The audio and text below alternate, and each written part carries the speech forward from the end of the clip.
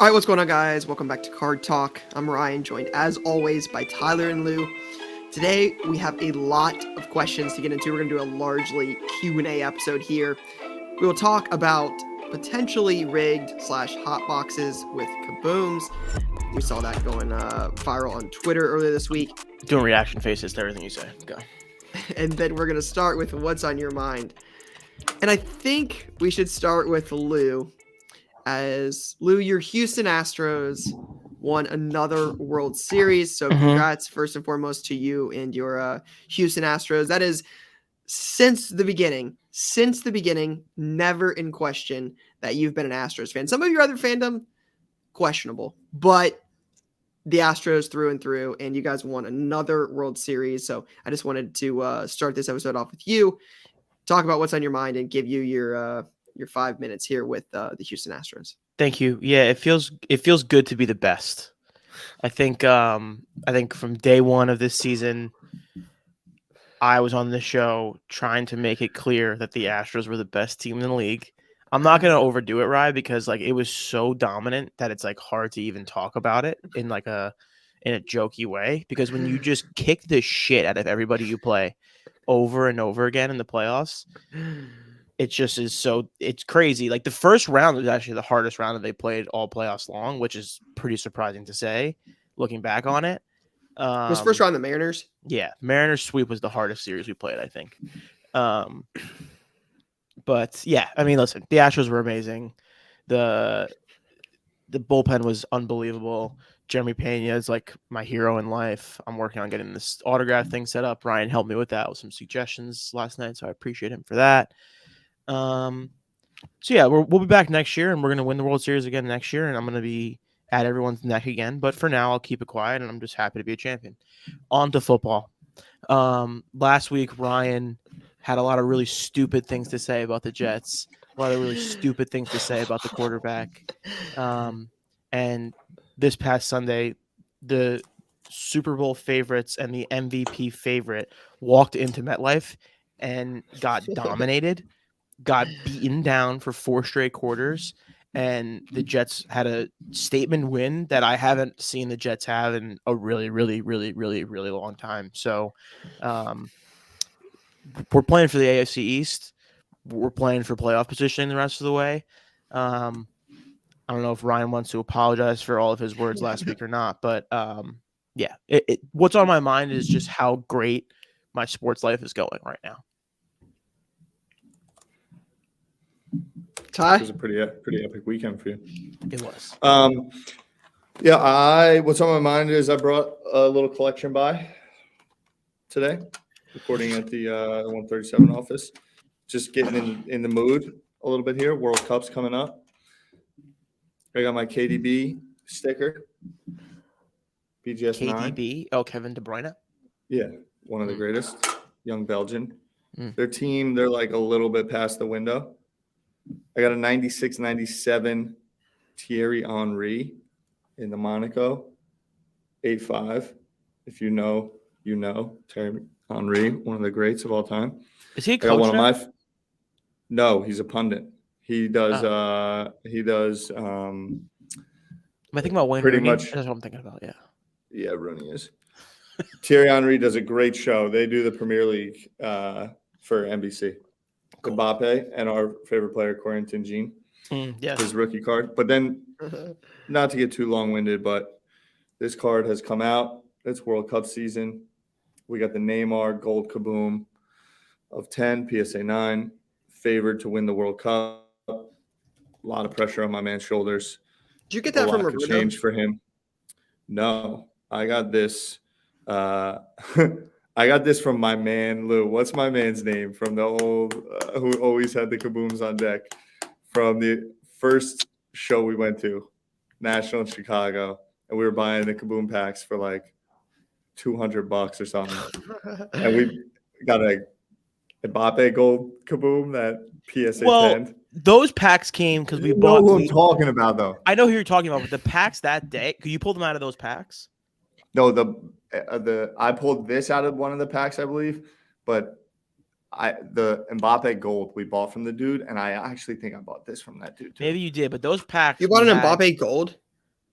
Yeah. It's sitting. Yeah, Gary's got it. Yeah. Wow. That was maybe one of the best things I brought to the table potentially ever was saying the word soccer. Potentially ever. Was saying the word soccer in at was that 2019 National in Chicago, PSA 9 Cristiano Ronaldo rookie number 137, sticker price $700. Yeah, that picture's iconic. That was a pretty good one. And then just got a little Charizard Tops on, blue back, and then a little Snorlax for the people out there. First edition, PSA 9. So, yeah, I was just, getting the vibes, getting ready. Got my Guitar World Cup book over here. I just want to do a little show and tell today. Just really honing in during these times of building out my collection and my special pieces. And it's World Cup season. And so I wanted to bring out a couple things. And then Lou and I had a pretty epic, probably the most fun I've ever had at MetLife on Sunday. Easily. Me, Lou, Ripsy. If you know Ripsy, if you listen to this, Adam Rips. And Big Nate. Car Talk listener. Lou and I pretty much, and Fireman Ed spent 4 hours together. At one point, Fireman Ed's helmet, actually, now that I touch it, it's sore. His helmet was literally gauging into the side of my head. Okay, Jay was in the parking lot at the tailgate. He was at the game, but we didn't sit with you, bro. Like I didn't spend the 4.5 hours together and literally go through camera gate as the wire was like falling on me and Lou. Yeah, did you see that? Right? No. They have that overhead camera. Mm-hmm. It was like broken and it was flying around and it was almost hitting players. So they had to pause the game for like 15 minutes to try to get it down. It was so crazy. Bro, so classic. So the Jets are down 14-3, score before the half, somehow get off the Jets field. were down 14-3 and won 20-17. Yes, Ryan, they're good. So they're down 14-3. We scored a touchdown. Go into half. Somehow they should have scored before half. They didn't. We're up 14-10. We're driving down. We get to the 22. The place is electric. We're about to take the lead. Mm-hmm. And a 20-minute delay because the production camera over is like flailing around. Can't figure it out. Immediately come out after a 20-minute delay. False start. 5 yards on the 22. Now we're on the 27 behind the 8 ball. And I think Zach got strip sacked. Fumble. We're devastated. That was the roughing the passer, I think. No, that's when he got stripped from behind. And we lost the ball. Yeah, it that was Von Miller. Right. Yeah, it was false 3 start. plays, false start, missed pass. Hey, Brian, they won sack. the game, you Camera dope. What gate. are you doing?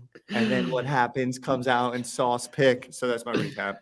Back to talking about some cards. And Sunday was great. Shout out to Ty. Ty said 2019 National. My guy. Check this out. Wow. Let's go. That was a good shirt Young I had on too. Young Ryan and Ty. That's where it all began. Yeah, it's crazy. Yeah, Sauce Gardner, man. Legit. DJ Brees Hall, legit. Garrett Wilson, and Sauce Gardner. And Jermaine Johnson, who's been hurt. Yeah. He made the play of the game on Sunday. He read. I don't know much about him as much as I know the other guys, but he's legit. Oh, my rookie of the year pick, JJ. He might come on late in the second half. So, if it's not Sauce at this point, I'll be stunned. Yeah. Really? Defense? Yeah.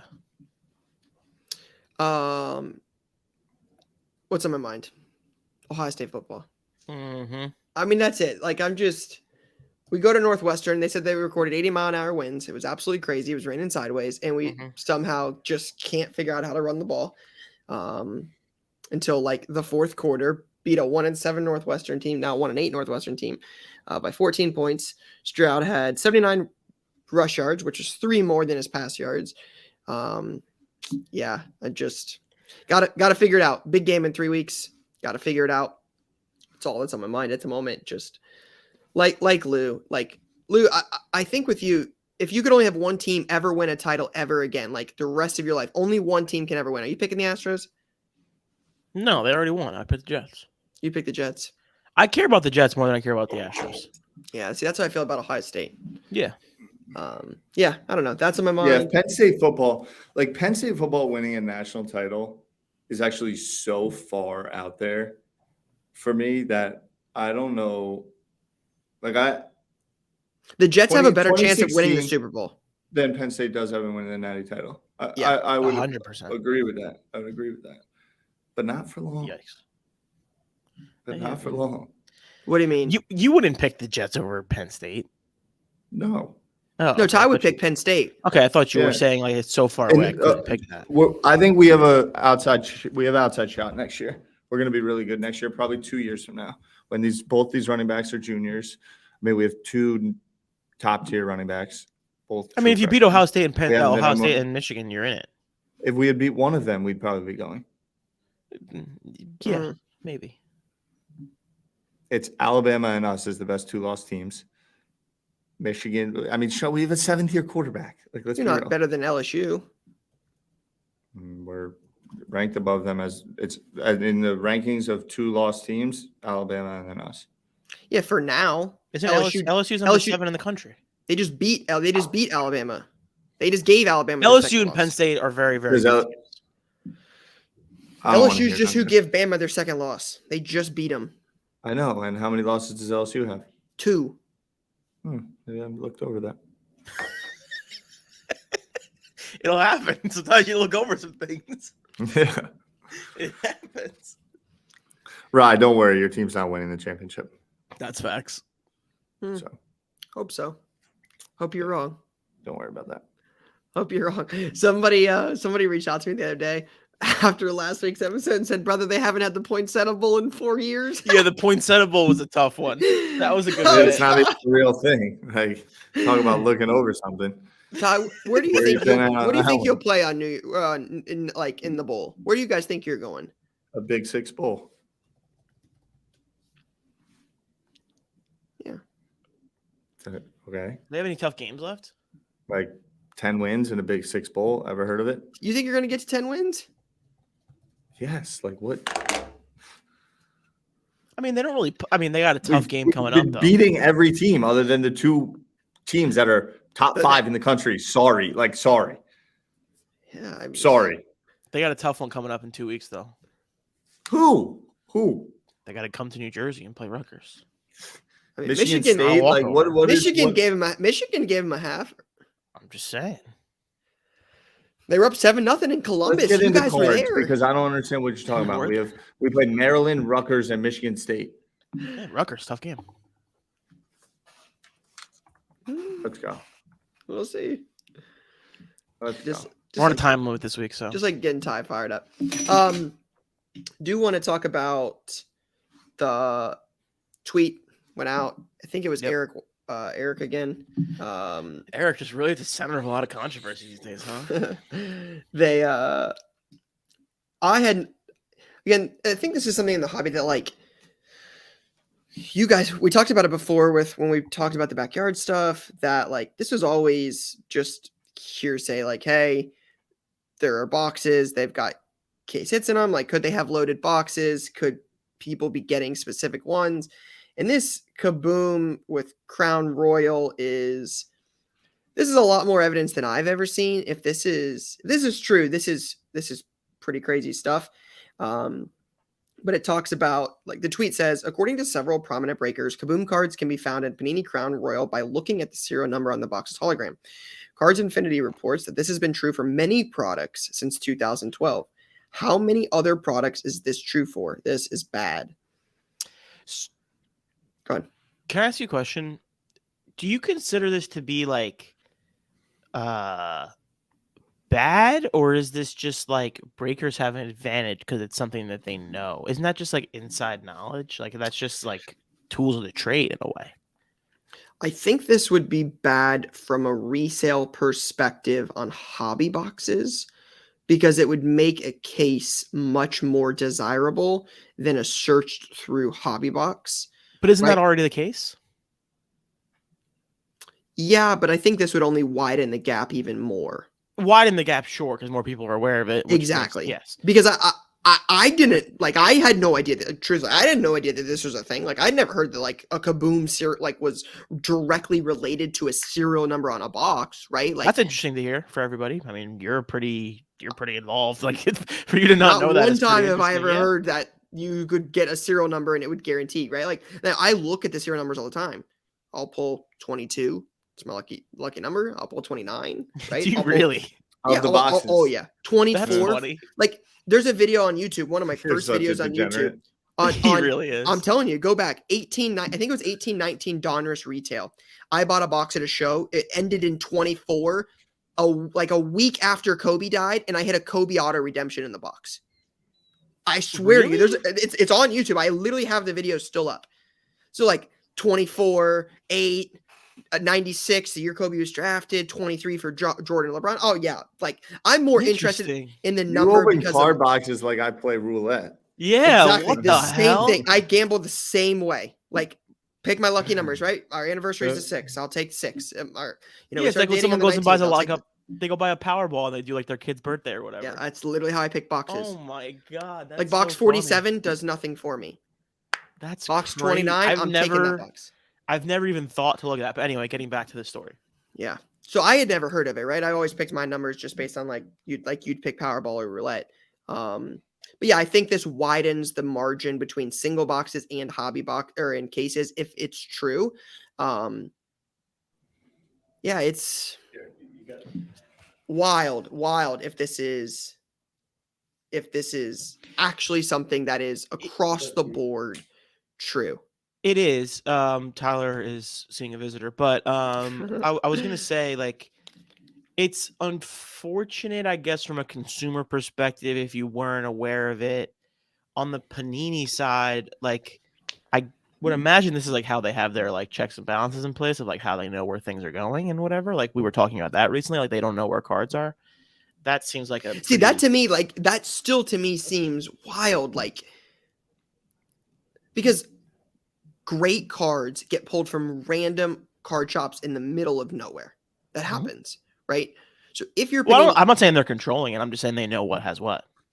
Gotcha. So you think, Lou, do you think when Flawless Basketball comes out, this is all opinion, right? We have no factual knowledge. I don't know anything. When Flawless Basketball comes out, do you think Panini is intentional in where it goes? Or you think it's completely random?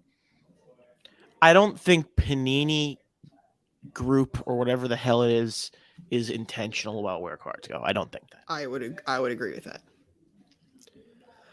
What I wonder is, it says in the tweet from Eric that this is confident with other product. Like this happens with other products. Yep. What I would be curious about is how big is that list?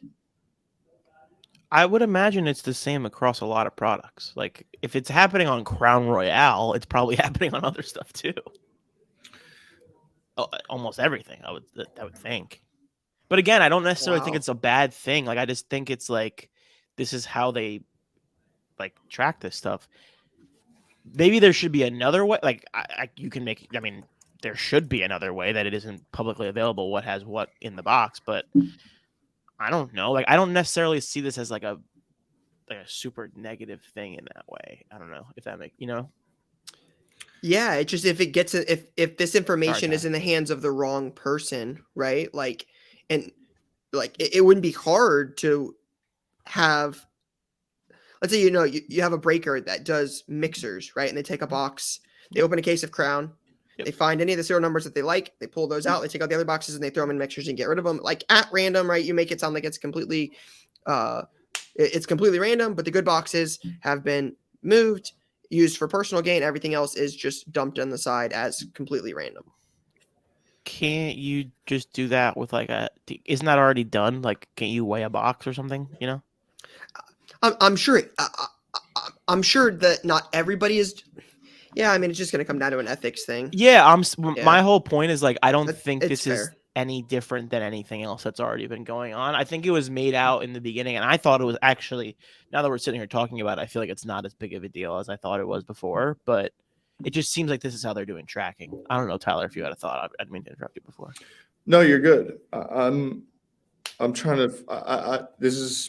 I come into this show it not having really been on my radar. I tend to take the side of I don't know. Is it a big deal? Yeah, this is where I am too. Sure, but I don't know. 20 months ago, we were on here saying that breaking boxes on Instagram is no different than going to the casino. Like it's just, it feels like some data that is put together to support a claim that I don't know how wide or substantiated it can be. Uh, Like, okay, but how many people are getting access? I guess people buy boxes and get big cards. I think that's true. Is there maybe some bad acting going on where a couple people have this info and they're running some way that they're getting their hands on these boxes? Maybe, but is there a trail of all of these kabooms showing up with the same person that's using the data? I don't know. Like, that's where I'm just like, I don't want to play the role personally of like hobby watchdog. And, so if this is happening and in the manufacturing process, yes, I do believe that overseas from the direct manufacturers, they are having some system of understanding where the biggest cards are going. And if that data is publicly available in some capacity, like that will need to get figured out and changed. Yeah, I would agree with that. But I don't know. I haven't seen what the reports say, nor do I feel a need to come to a conclusion on what's happening and how it should be solved. Yeah, I just think it needs to be like it crushes hobby boxes if I don't know if it crushes, but I just think the ability to buy a hobby box is no different than if you walked into a casino and knew which slot machines were about to hit jackpots.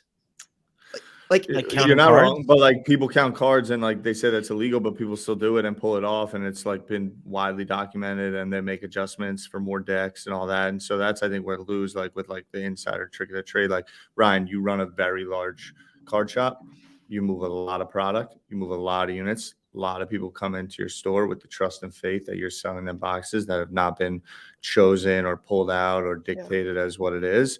And I would say that probably for 95, 98%, 99% of that's everywhere. Is there potentially this thing uncovered? Sure.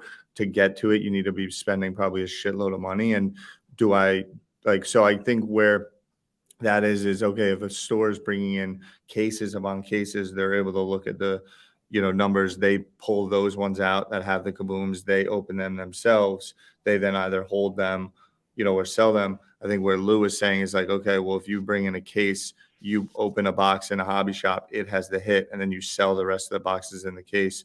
Is that any different?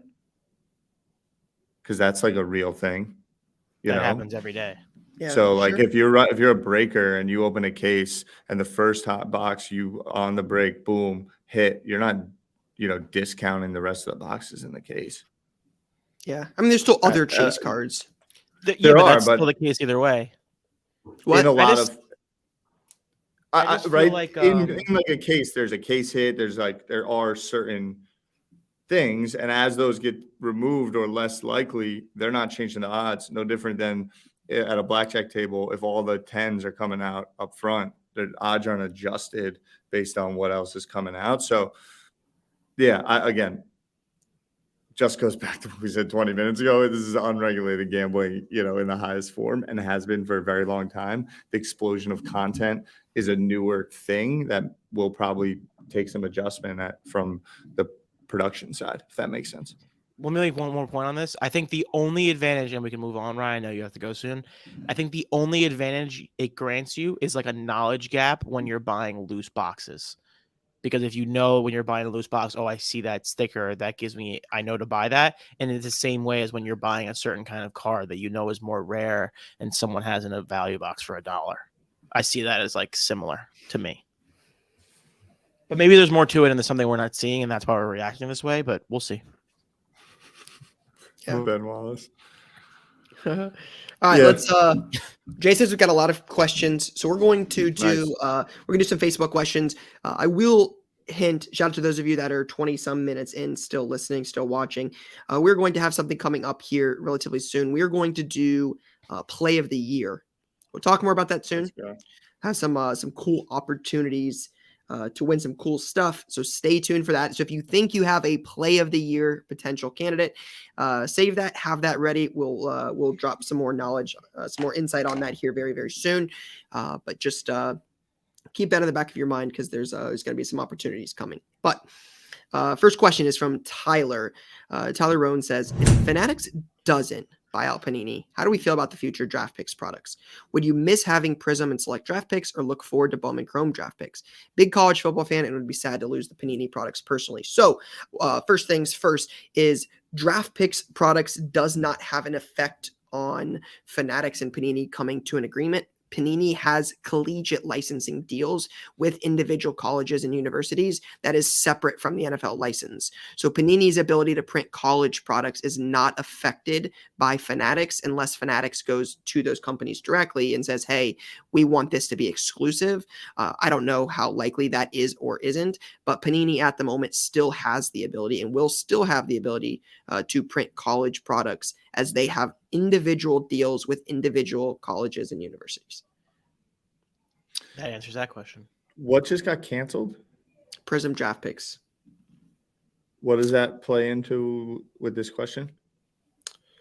Well, he's just saying if Fanatics doesn't buy out Panini, this question insinuates is that if Panini doesn't buy out Fanatics and Panini goes away and loses their NFL license, they're not going to make college products anymore.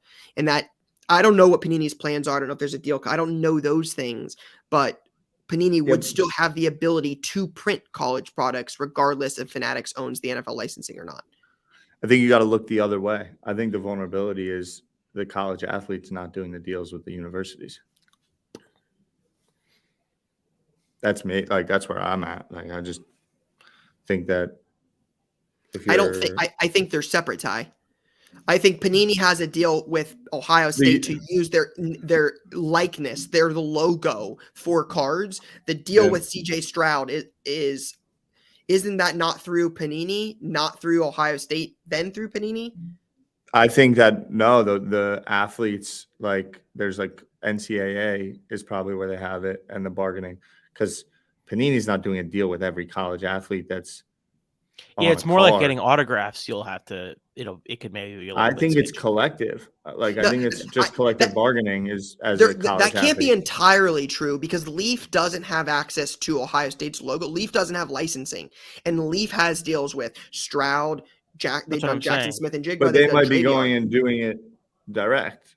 But I don't think Panini across all of Prizm draft picks doing all the players. I think I don't know. I think there's some collective, and we can look into this and maybe some collective, but I would imagine some of the bigger names have their own deals for autographs. It wasn't possible before a year and a half ago. Like, that wasn't allowed. Agreed. It wasn't then, but you didn't have those guys in products then. Now you do. So I don't understand what it not being possible 2 years ago has to do with right now. I'm saying, yeah, Stroud wasn't in products 2 years ago. Now there was Justin Fields. They weren't in those products then, but they are now. So I don't think Panini's like, hey, Gene Smith, can you get CJ Stroud to sign us 150 autographs? I think Panini's like, hey, CJ Stroud, we'll pay you X amount of dollars to sign these 1,000 autographs, and we'll put these in these products. Yeah, if anything, it hurts. I would say probably hurts like a Leaf more than anything, right? Because then Panini would be signing these people to these deals, right? Yeah, I think the exclusivity deals are what are the most challenging to any of these companies, but we haven't seen it yet, to my understanding. I don't think Stroud and Bryce Young. Trevor Lawrence had a Topps deal last year. Yeah, but that was a Topps that was for 2 seconds. Then it was with Panini. Right? He had that little set that came out in the beginning of the year that they partnered with him on that didn't have any licensing on it. It was like Trevor Lawrence in a Hawaiian shirt. I guess you're right. Yeah. It was a nice shirt. It was a nice shirt. All right, next question. Chris Adams set up at a show for the first time and had this father and son duo. Kid was about 16 that lingered and kept offering horrible trades every 30 minutes or so for about 4 to 5 hours. How do you deal with this and remain positive and friendly? You got to be very candorous and transparent. Like, you have to, in the same way if someone, you're doing a deal. They set their box down on your top of your display case. Someone else comes up. They're like, you want to look at my cards? This starts happening on your case. You paid for that table. You're running a shop. Like, you have to be like, if you want to run a good shop, you got to be that way. If you were running a retail store and someone just came in and was hanging out for 45 minutes, distracting customers, all that, you got to say something. And not in a, like, you're an ass way. Like, hey, I'm not interested in doing deals. We've gone through this a little bit. I'm busy. Can you clear out the space? Like, it's all love. I appreciate you. Maybe you do a sympathy deal here and there, but like, you got to call it as it is. That's on. I remember a sympathy It's deal on you. happening in Ohio. If a quick sympathy deal. If you don't say anything, it's on you, not on them. Yeah. So this happens a lot in the shop. Not necessarily this bad trade offering thing, but like when you own a shop, you have places to sit. You have a big, like, we want it to be a gathering spot. There are definitely times where people try to take advantage of that. A couple things that stick out, like the trading thing is a super obvious thing. Hey, I have this box of cards. I want to trade for this $5,000 box of cards. Unfortunately, that doesn't work. Like I think it's how you tell someone, not what you tell someone. Right. Like I learned this is something I learned in Verizon when we had people escalate and you had to like take those phone calls and tell people that like, hey, no, you're not getting a free phone, but here's why. And here's what we could do instead. Right. So it's how you tell them, not what we tell them. Some people can take no if you tell them the right way. Like there are people that try to like, one of the common things we see is people want to bring lunch in and just chill and hang out and flip through boxes and eat food. Right. Bringing canes in to the shop, eating it in the shop while going through boxes. And just, it's like, hey, unfortunately, this is not a public park. You have to take that out. Like our intention is not to be disrespectful, but it's start nice and then work your way up from there. So. Yeah. And then there's always the sympathy deal. So shout out to, I gotta tell you guys this. You guys will laugh. I woke up this morning. So we had you guys saw, I texted you guys about it. We had a piece of content go viral recently. When you guys were in town, we filmed every single trade night. Every one, we film them. Made a deal with my guy, Ian, mullet kid, comes into the shop. He had a box at the show. Love Ian to death. But he had a box he wanted to sell all night, and I didn't want this box. And it was like rookies, inserts, jerseys. It was $50 worth of stuff. It was not very good. And he's like, I want to get rid of this. I don't want this in my collection anymore. And I was doing a deal with another collector, and he comes up. He's like, hey, we sell this. He waited for like 30 minutes. We're filming still. He's like, hey, I do $120. I'm like, like it's a $50 box. Don't really want this box. And he's like, I was like, dude, I'll give you $100. Like, help him out. He's like, I do 105 and an autograph, right? And we're filming. So I'm like, sure, 105 autograph. Shake his hand, and I hand it to a kid right next to me.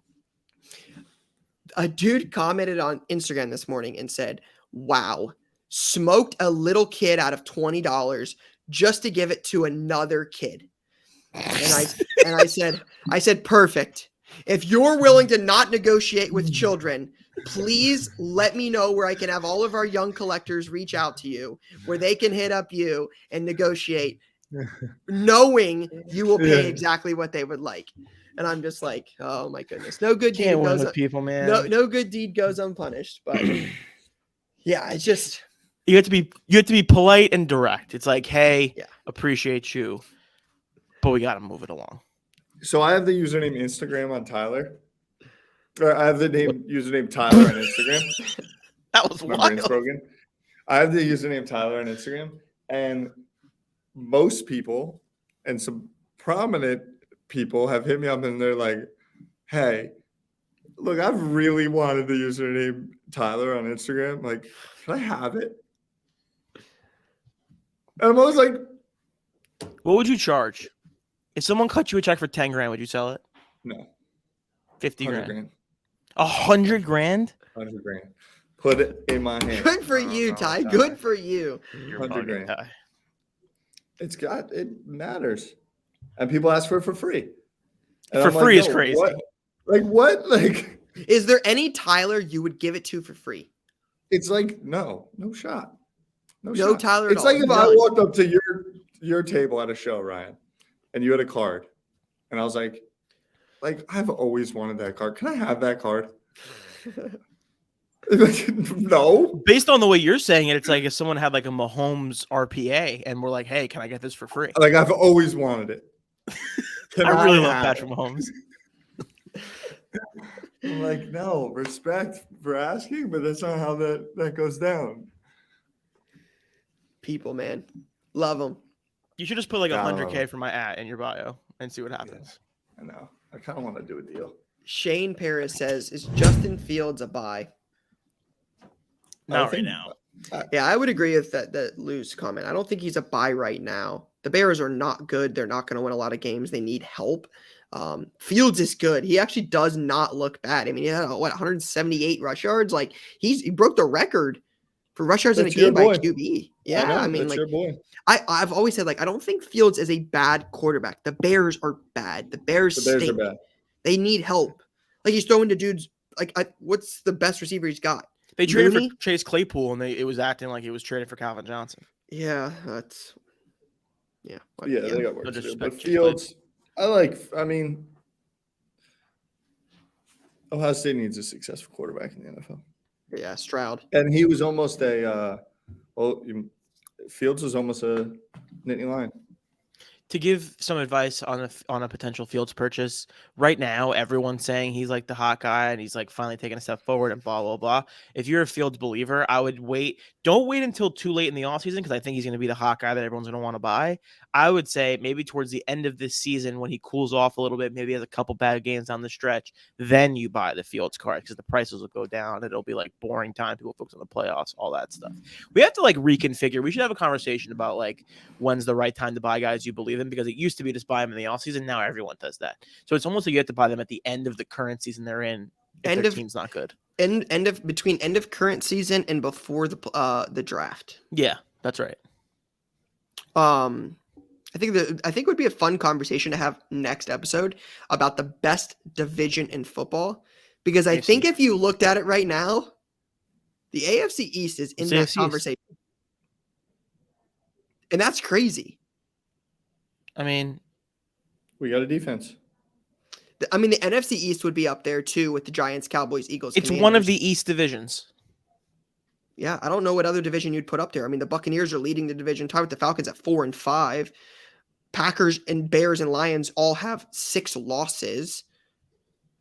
Yeah, it's one of the East divisions. It's just a matter of who you like better, pretty much. Probably the Bills or the Eagles. Or the Giants or the Dolphins. Yeah. I got another one. Next question. This is probably more at Lou. Jayton says, is Josh Allen a buy? No, he's bad. Josh Allen is not bad. Josh Allen is really good. Josh Allen is a great quarterback. Yeah, top 2 quarterback. Not against my team. Agreed. I couldn't agree more with that statement. Yep. Not against my team. So I only watch my team. Yeah, I like Josh Allen. I hate the Bills, but Josh Allen is good. Hopefully the nerve damage thing in his elbow is not super serious. Adam, Josh Allen's really good. Adam I says, think he's a buy. I don't know about that. We'll see. They're good. Hopefully he stays healthy. Adam says, can Ryan, Tyler, and Lou do no shave November to see who can grow the best beard? No, absolutely not. If I go Definitely not. 4 days, like it's uncomfortable. Like it's just not good. It's not good.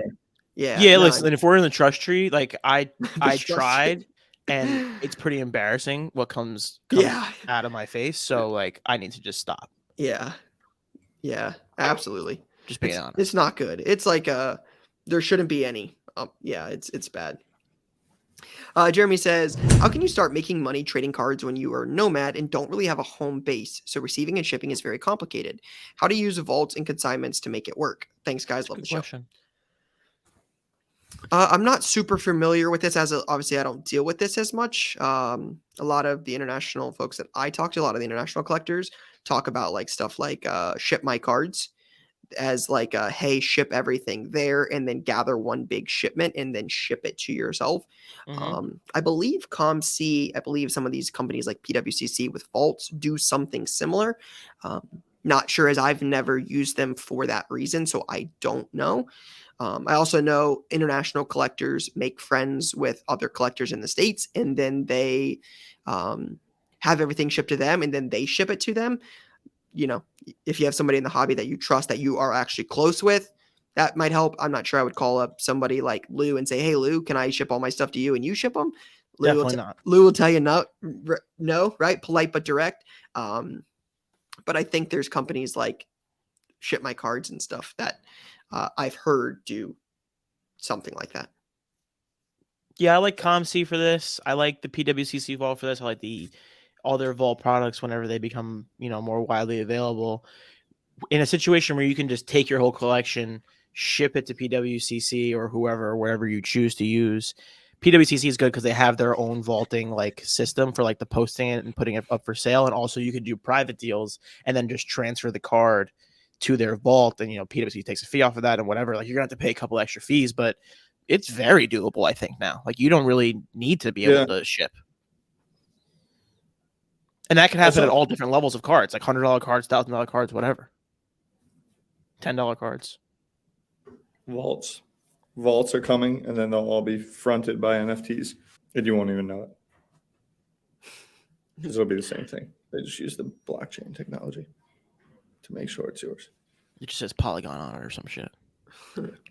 Jay, is there any more questions? Adrian says, any tips for analyzing raw cards condition on eBay? Always ask for extra pictures. Oh, don't do that. It's the only way to do it. Don't do that. Or, the person has to take clear pictures, or you have to ask for more. Yeah. A lot of people. The best way to analyze, look at the pictures that are available at hand. Either feel comfortable you're receiving what you're hoping to receive, or not. You're gambling in some capacity, because if you actually care about the condition, that means you want to probably grade it for the most part, which means that you're putting it into the grader's hand. But if the pictures aren't good enough and you want more, and if you don't get them, you're not comfortable in buying, then you should ask for more. Yeah, I'm the not saying seller also may not want to deal with it. Yeah, true. You say don't ask for more because you are a seasoned eBay seller and understand how you're supposed to put the product listing and put photos. And so if someone, wants more, likelihood for your shop, there's other consumers that'll come by and buy it anyway. And so the time, energy, and effort. But if you come across a one-off card from a mid seller that doesn't put up good enough photos, and you are actually interested in buying it, I can see you asking for more. The seller may not want to deal with it. The people that ask for, we'll get messages every now and then that are like, hey, are there any dings, dents, nicks, scratches, surface scuffs? The people that list, are there any of these 80 things on there? 99% of the time, that just triggers headache. Almost all the time. I don't know what it is about that question, but that type of question just leads to hey, we're not intending to sell cards that are PSA or SGC 6s on eBay without disclosing it. That is not the intention. But not every card is a PSA 10. If you want a PSA 10, buy a PSA 10. That's what shows, shops, and extra pictures are. I get it. That's what they're for, especially the in-person stuff. But I don't. It's tough. I buy cards on eBay all the time. Do they come with soft corners or light scratches or scuffs or things like that? Yeah, it's just part of cards. I don't buy cards on eBay. I never have gone into it buying a card saying, hey, this card is going to get a 10. I'm going to grade this and get a 10, and I'm going to make a lot of extra money. I go into it. If it happens to be super clean and gets a 10, right, through any grading company, that to me is a bonus, but it's not the reason I ever buy something on eBay. And again, I understand I'm different on that, but I think the ability to buy and transact and look for stuff for grading is an in-person type thing where you can see the card and evaluate it by yourself. I don't because I think you're setting yourself up and the buyer up for potential failure when you buy a card on eBay after you ask for multiple pictures. I take the card, right? I show you all these different angles. I show it to you and you get it. And it's not quite like you like it. There's a little tiny scratch you could barely see. You couldn't see in the pictures. I just think that just leads to things that you're like, hey, if I saw this in person, I wouldn't have it. But I didn't see this in the picture. Now I got to return it. It just... I guess. Yeah, I know what you're saying with the 2 minute. You're right. You're right. I take back what I said. People have to take clear pictures, and also people have to understand you're not going to get a perfect. And I understand that there are people out there that are like, hey, I'm not taking more pictures. I'm trying to take this card that has got a big old ding in it. I'm trying to sell it on eBay, and I'm trying to put it on you. I get that. It's just the name of the game. It's like the boxes questions we talked about earlier. It is what it is. It happens. 99% of people aren't doing that. So I understand both sides of it, but yeah, I think if you're buying with the intention to grade, right? You're looking for clean, raw copies. There are better places to like buying something that you can only see through a picture is a little bit trickier, but I'm open to feedback on that. I could be persuaded one way or the other. If somebody has much better experience doing that for a living than I do, it's not something I've ever tried to make something happen. All right. Wrap it up with the last question. Michael Burgess says, when does a comp change? Let's say a card sold a couple times 3 to 5 months ago in the offseason for 150 to 165. I bought it for 61 due to the fact that I thought it was a good deal compared to the last sold. Now, when I'm trying to flip it, everyone wants to be under my comp. Context, it's a Trey Young rookie out of 99 PSA 9. So I think this situation is a one-off situation because the offseason was months ago, but so was a better market. So I think there's other things at play here, not just the offseason. The card market was stronger in May and June than it is in October and November.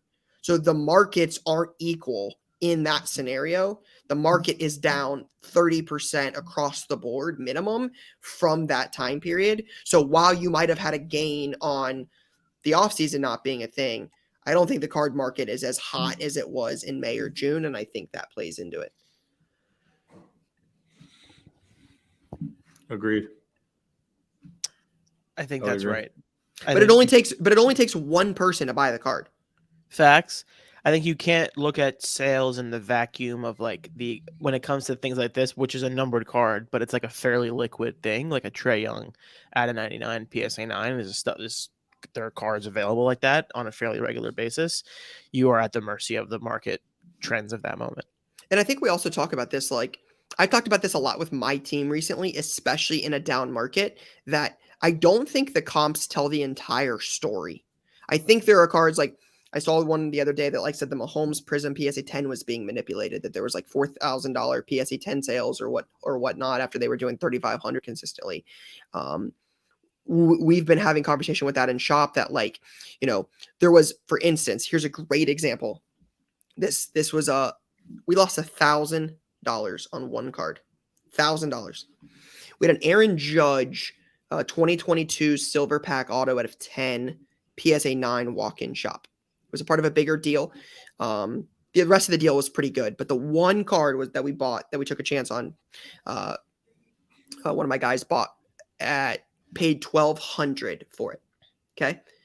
There was one comp on the card a few months earlier at $3,200 for a PSA 10. $3,200. Okay.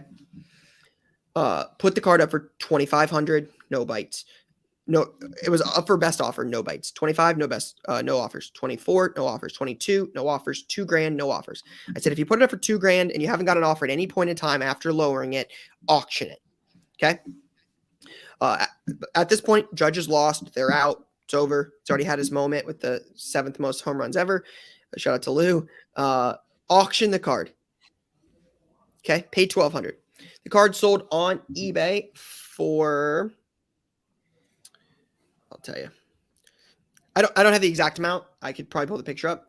I'll tell you right here. $247.51. It's tough. $247. And so I think that the comps don't always tell the complete story on that. Like markets change, players change, demand changes, right? Like Burrow has a good game, Burrow has a bad game, Josh Allen's got a great game, Josh Allen gets hurt and loses to the Jets. Like I think things change a lot. So I don't know if comps always tell the complete story. He lost and got hurt at the end. He didn't get hurt and then lost. Okay. Like fair. he didn't lose because he was injured. Just want to make sure that's clear. Fair. Thank you. Yeah, it was the last drive. It was the second to last play of the game. And he got smoked. Fair. Okay. And then he Thank short hopped the next ball because Yep. his nerves and his hands were bad. Yep. Lou And saw then it he just immediately. and then he threw up 2 of the worst interceptions I've ever seen. Let's wrap it up. All right. Shout out to those of you that are still here. We'll close this week's episode with latest launch. We've got some stuff coming out this week. The big one. If you're still here, I want you to comment below with your favorite moment from the show this year to help out Jay and Yeah. Courtney. All right. Good question. We've got for latest launch. We've got Stitches and Slabs basketball from Leaf. The big one will be Prizm World Cup Soccer. Ty, probably excited for that. You've got Upper Deck Series 1 Hockey. You have Pokemon Sword and Shield Silver Tempest. Booster boxes come out. You've got... no, that's it. Yep. Allen and Ginner Baseball is next week. So, got some Pokemon, Hockey, World Cup Soccer, and then a Leaf basketball product. So... World Cup. Yeah, get me to the World Cup. Get me to the World Cup. Ty, who's going to win the World Cup? The U.S. France. France? France. No, not France. Francais. I think Brazil's gonna win it. I do. Wow. That was an early prediction I that like you thought a Brazil. lot about because that might come back around. If that one hits, I like Brazil. Okay. They're the favorite, but I like Brazil. How often does the favorite? I would be curious to know how often the favorite wins the World Cup. I don't Probably know. not very We often. can go back and look. Yeah. All right. It's tough. Wrap. It's tough. But France might have been the favorite last time. Shout out to See everybody you who again. made it this far. We'll see you guys next week. Peace. Peace, guys.